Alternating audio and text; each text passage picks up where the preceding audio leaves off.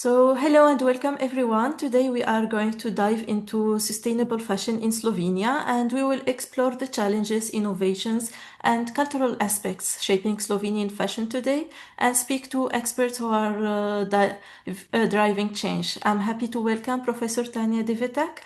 And to start, could you share a brief story or personal experience that first inspired your interest in sustainability within fashion, especially from a Slovenian perspective? Well, thank you, Emna. Thank you for inviting me. I started as a fashion designer with my own brand after the graduation of the faculty at the university.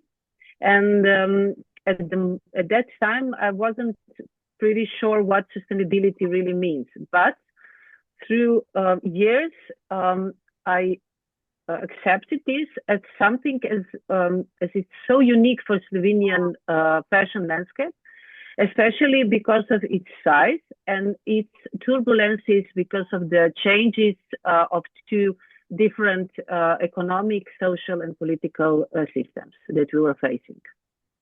Okay, great. And let's talk about the broader landscape. How would you describe the Slovenian fashion scene today in terms of its approach to sustainability and social awareness? It differs from the idea of a sustainability in general, primarily because those terms in sustainability in fashions are shaped for the big fashion economies, big systems. In Slovenia, we are facing the business models which are based on one person, which means one man brands, more to speak, that are not just very small or micro size, but also has its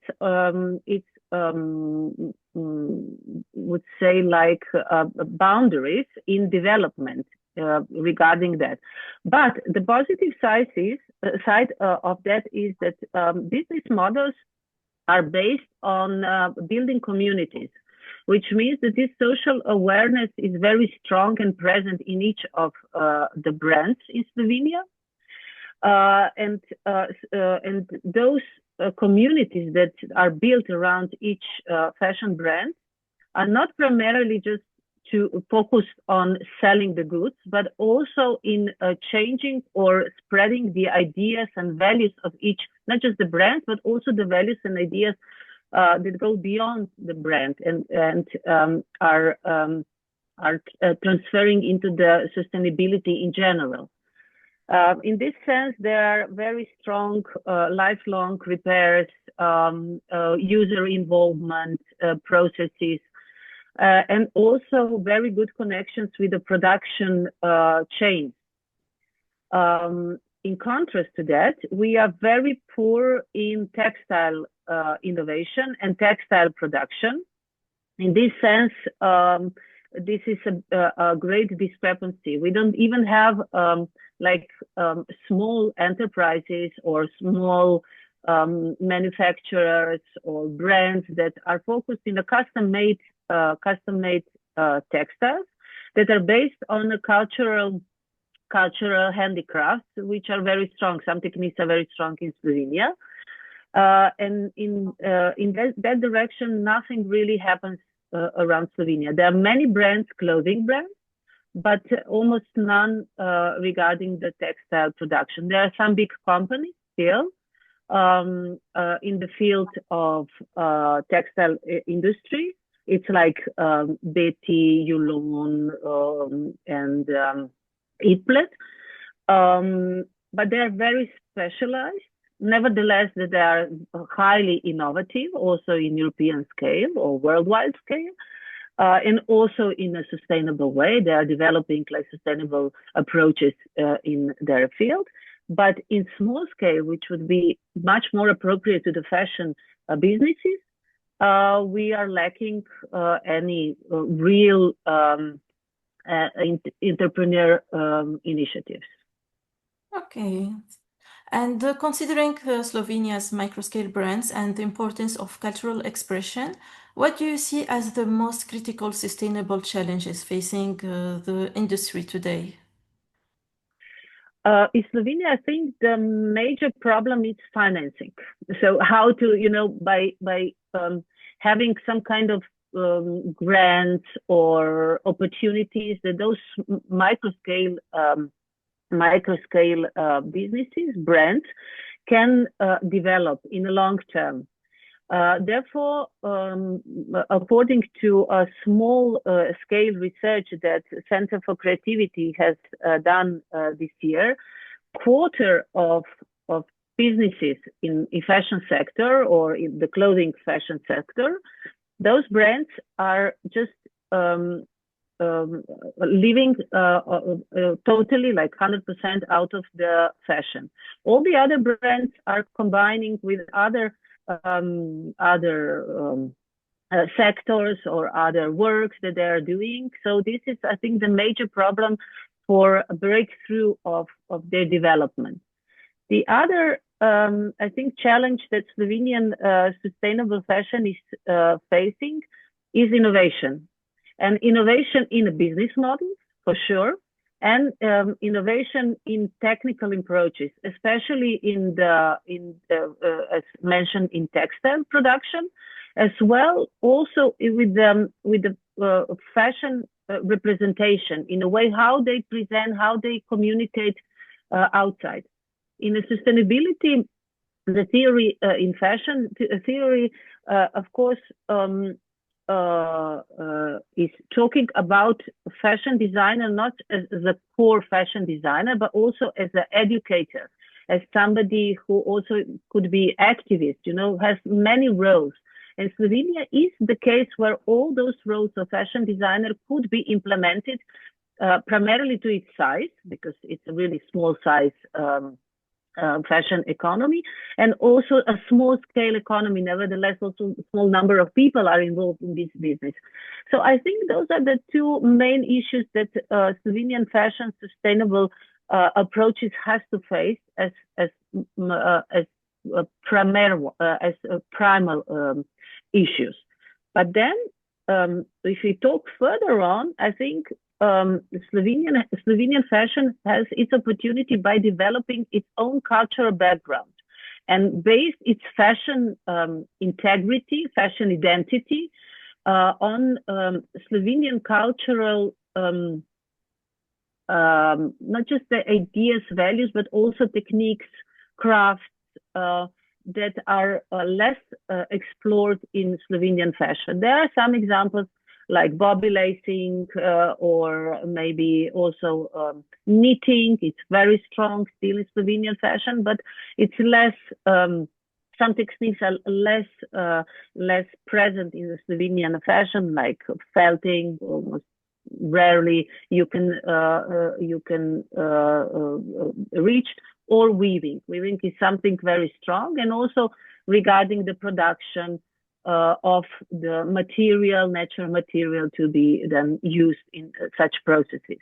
So I think those are the challenges that Slovenian fashion has to face, but not fashion as a sector per se, but also with a broader understanding in the society, broader number of stakeholders which are involved in the formation of strong national identity, which I think in the Slovenia still is based at sustainability. Here I have to mention, and even in the past, in the history, we have examples when Slovenian industry was still strong before these changes happened in the beginning of the 90s, in the 90s. 1990s. At that time, that industry was, like what we say today, very socially conscious. They contributed to the local culture, local sports. They were involved in the local social environment. They were not just employees of the people, but they really were integrated in the environment where they existed. Also, there are examples of taking care of this, standards, how many things you have to produce, like normation of the work. So they said, like, after there was examples in one of the company where 40 after there were people have reached 40 years. They were 40 years old.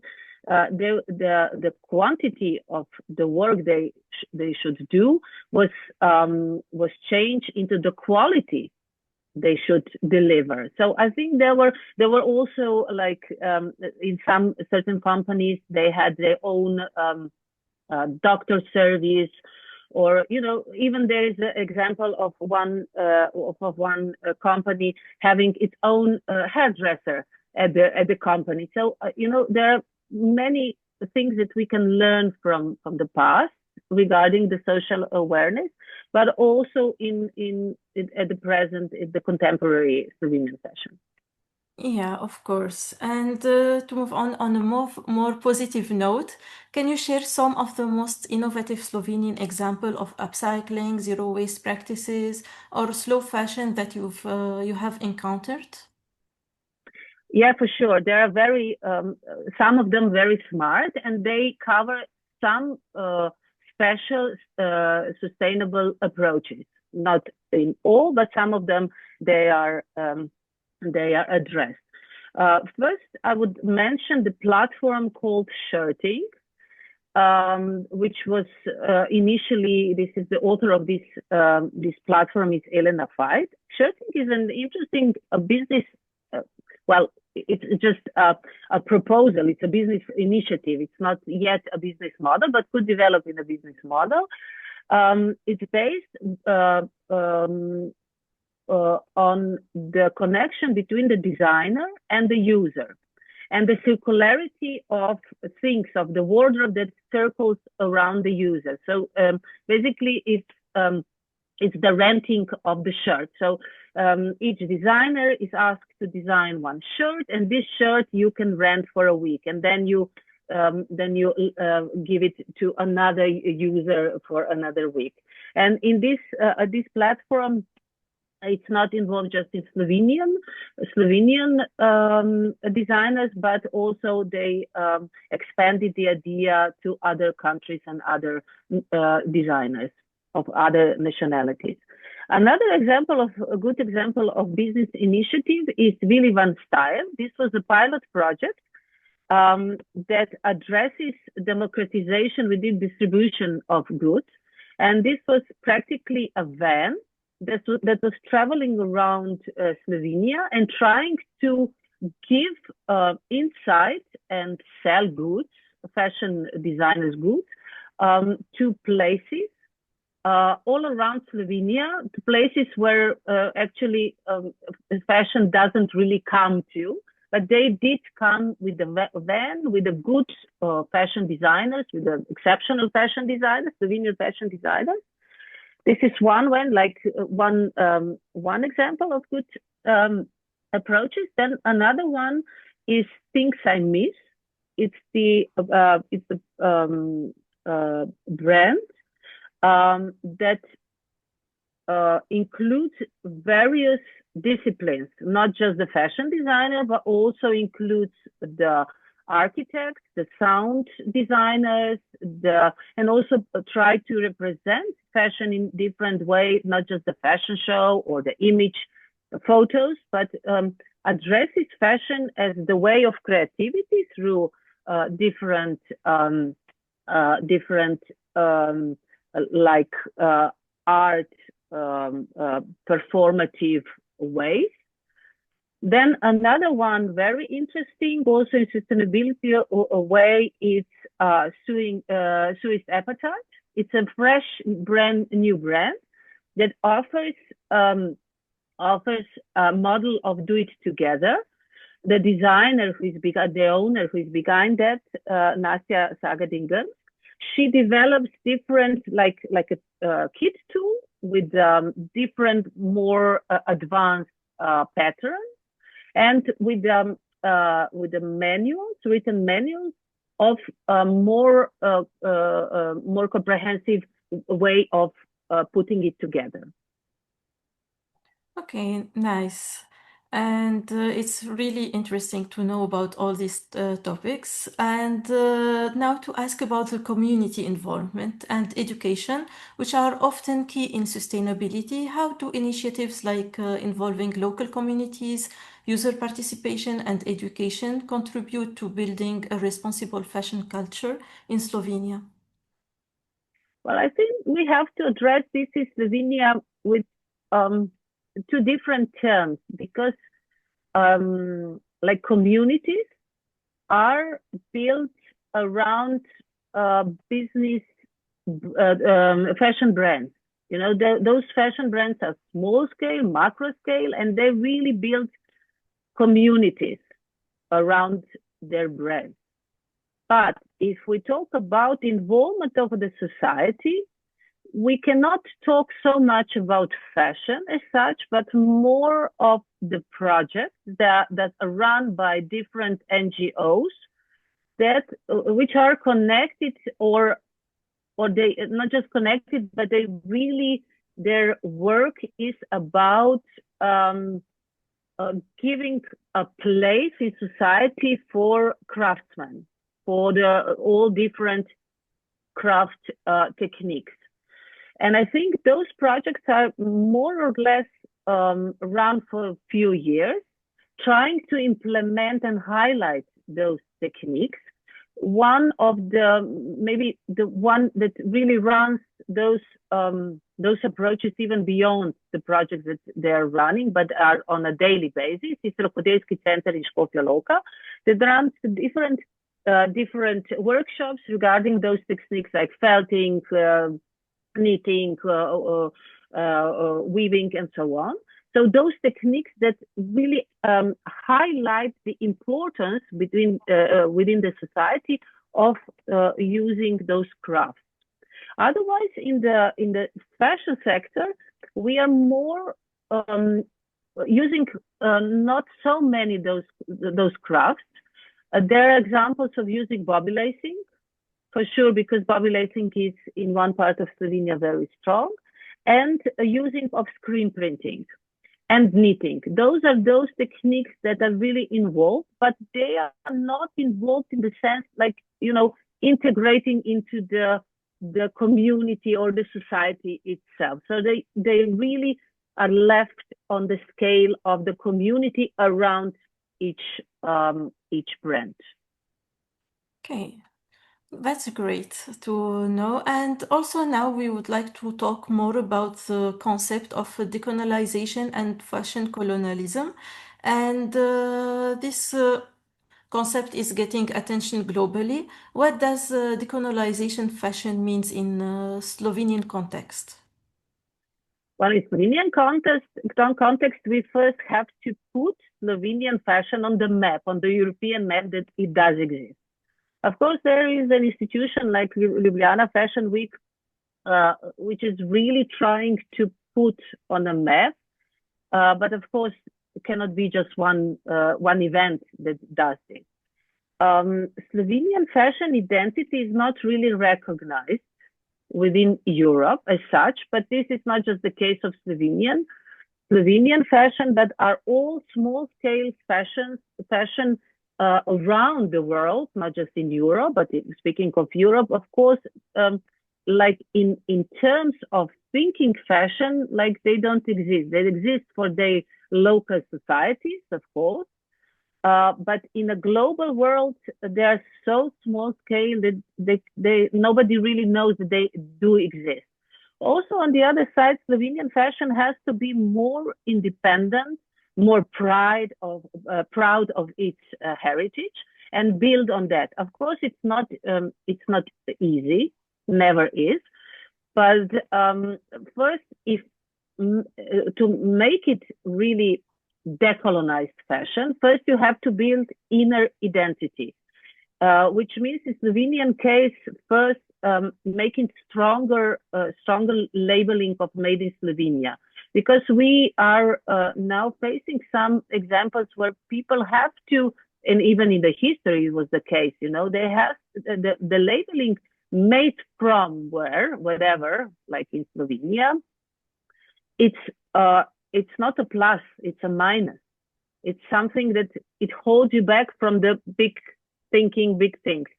But of course, that means that we have to build its own national identity with strong brands, with the support of textile production, and in long terms also looking back into its own cultural roots, not thinking about inspiration wherever around the world, but having its own roots, and also building a strong regional cooperation.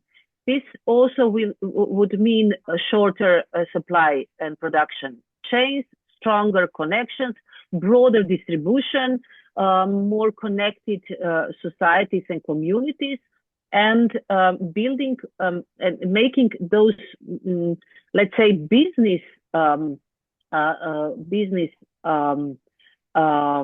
like how to say, like, making stronger, much more efficient, and much more visible business steps forward some growth. Nice. And if you have some examples where traditional crafts or region-specific techniques have helped Slovenian designers to resist homogenizing global trends in fashion? So directly, no, but for sure, I can emphasize one brand. It's called Draž. It's a knitting studio, Draž, that exists on the market 30 plus years, which from its beginning in 1989, and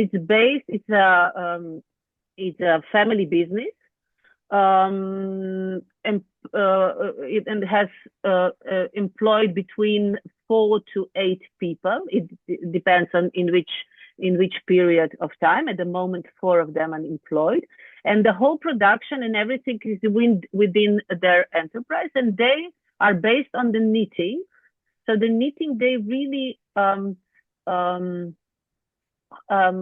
developed in an innovative way. They highlighted their own innovative approaches, also by approaches in a technical way. But because the knitting is very strongly integrated historically in the roots of crafts in Slovenia. There were many knitting manufacturers even before the Second World War, and later on they developed in a very strong industry brand. And these days, I think on this background, Pletilni Studio or knitting studio of Draž really is making knitting as a very traditional technique in a new design way. They really highlight it and make it. They evolved it in a new technique developed by them. Okay, and also about cultural appropriation and cultural inspiration. When it comes to drawing inspiration from global culture, where do you see the line between both in fashion?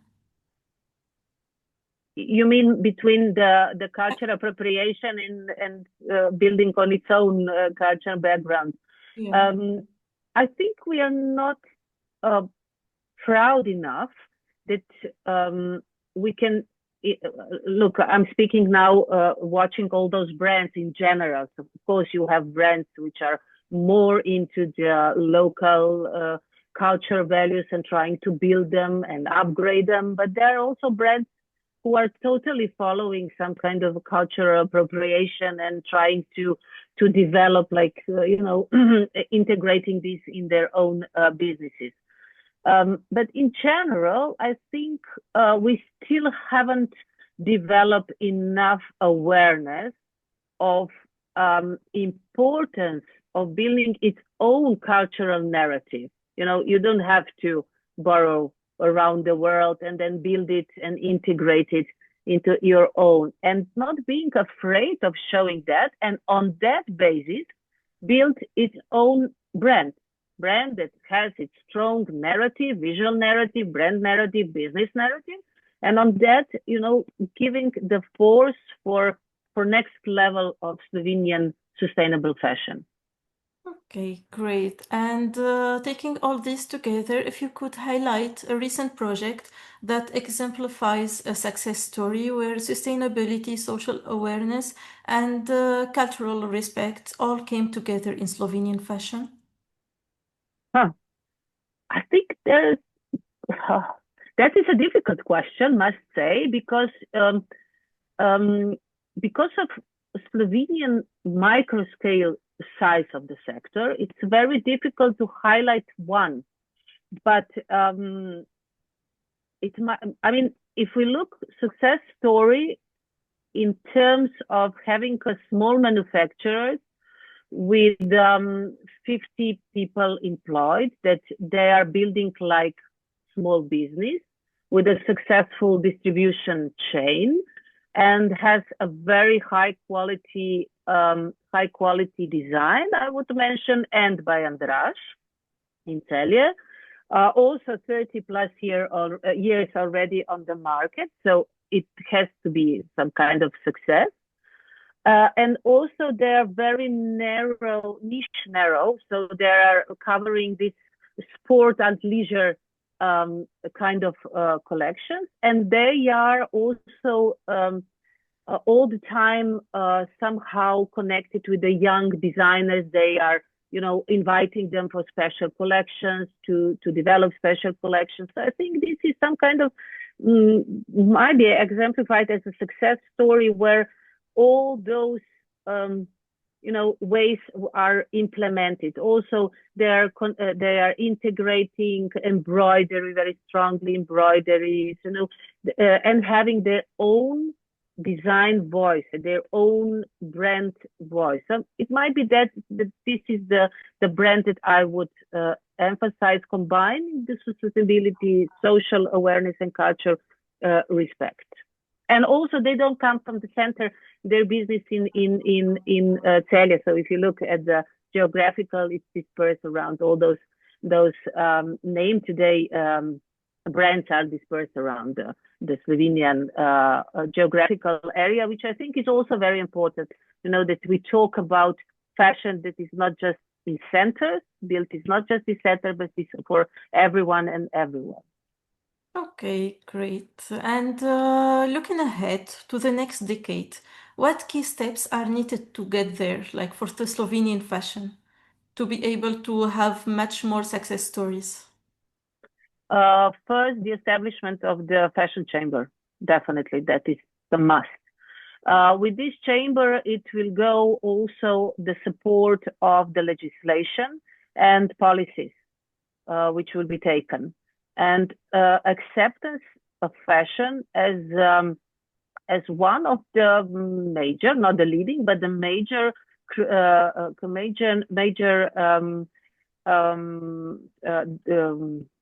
fields within the creative cultural sector.